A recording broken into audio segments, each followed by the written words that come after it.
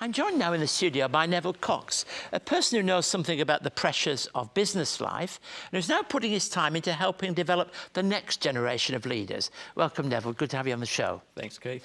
Look, you had a long and successful career. Tell us a bit about that career, because that helps to put it into a context. Well, I joined the Commonwealth Bank after school, and I joined it because my father told me to study accounting and work out what I wanted to do.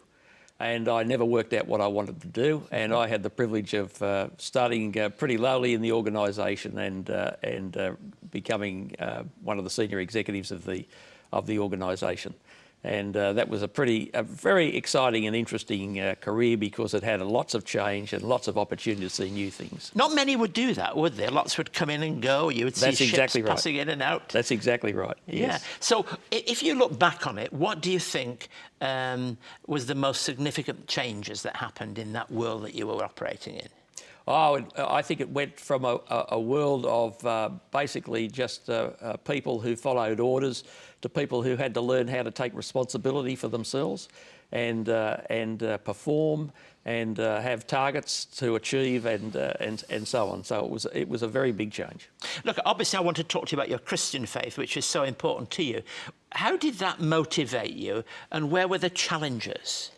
Well, interestingly enough, and I could never work this out, I never saw a difference between being a Christian at home or in the church environment and being a Christian in the work environment. I was who I was, and that sort of just spilled over. And I guess I love people, and I like encouraging people. So that's how that's happened, and I think it's been very important and very helpful. And that would be a clue in management, wouldn't it, if you're going to get the best out of people? Exactly right. Exactly right. Now, you really now have a concern for the next generation. And I think that though you describe the bank that you worked in, I think it's becoming increasingly tough for Christian women and men who want to really enter that world, not just in the bank, but in business. I mean, how are you involved in trying to help the next generation? Well, what I've done is I think I've collected, I use that word advisedly, collected quite a lot of young business people. And it's been a real thrill, and it is a joy, continuing joy, to be able to just share with them. And sometimes I say to myself, what have I got to say that's going to be helpful to them? But I've been interested to see that there are a lot of young people that mightn't have had the opportunity that I've had in terms of an upbringing, learning about character. And this world's all about competence, not a lot about character, but being able to share with them how the interaction of character and competence you need to be successful in business life. And I've been very encouraged to see how some of these young people have really developed and got on with their careers.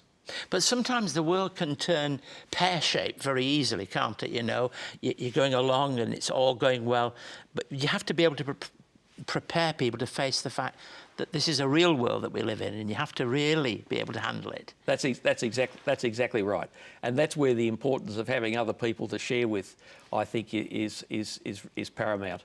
That sharing with others and getting to see realistically what life is like is important ingredient in helping people develop and cope. And I know you're involved in lots of other things. I'd obviously want to talk, you're involved in the work of the college that began in Wesley Mission at Wesley Institute, which is now called Excelsior.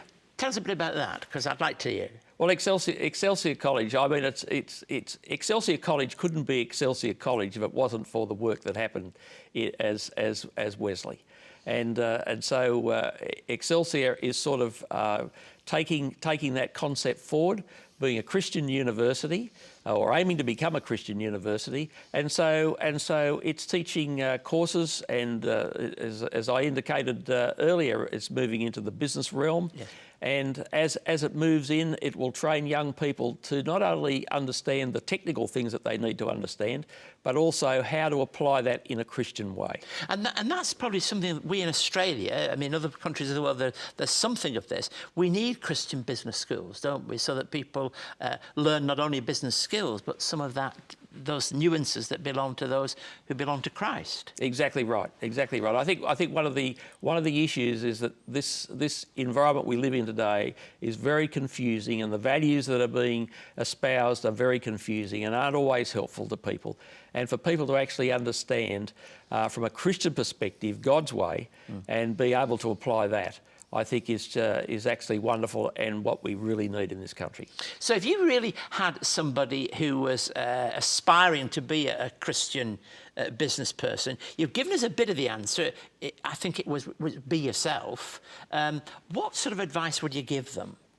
Somebody comes to you and says, Neville, I want a coffee with you. I'm thinking of doing it. What would you say to them? You probably do get asked this. I do get asked that. And I generally ask people a lot of questions to get to where they're really coming from, and do they really know who they are and what they've been called to do, and the next question from a Christian perspective is what sort of Christian worldview do they have? Yes. And what might they need to develop along that path? You see, at the end of the day, it's one thing to have the competence in business. And as people rise up the ladder, my next question is, do you have the character to keep you there? I think that's very important. Neville, I asked the question to viewers right at the top of the show. What goes through your mind when you see someone succeeding at the top of the game? What goes through your mind when you see that, whatever walk of life it's in? Well, Keith, I see somebody who probably knows where they're headed. They've got a mental picture of where they're going because of who they are and what they think they can do, and they're prepared to back themselves in that. But I also see probably somebody who's had to struggle along the way to get to where they're going. And just listening to you today, I've been encouraged to think that for the Christian, they know the way. They know who Jesus is, and that gives great comfort and assurance as they pursue the other things in their life. And one sentence, suppose you've got a very successful, we talked about you helping people who are on the way up. You've got somebody right at the top of their game and they're sitting down with you for a coffee and you wanted to help them in some way. What would be the thing you'd say to them? I'd be asking them what do they see next and what might they need to do to get there.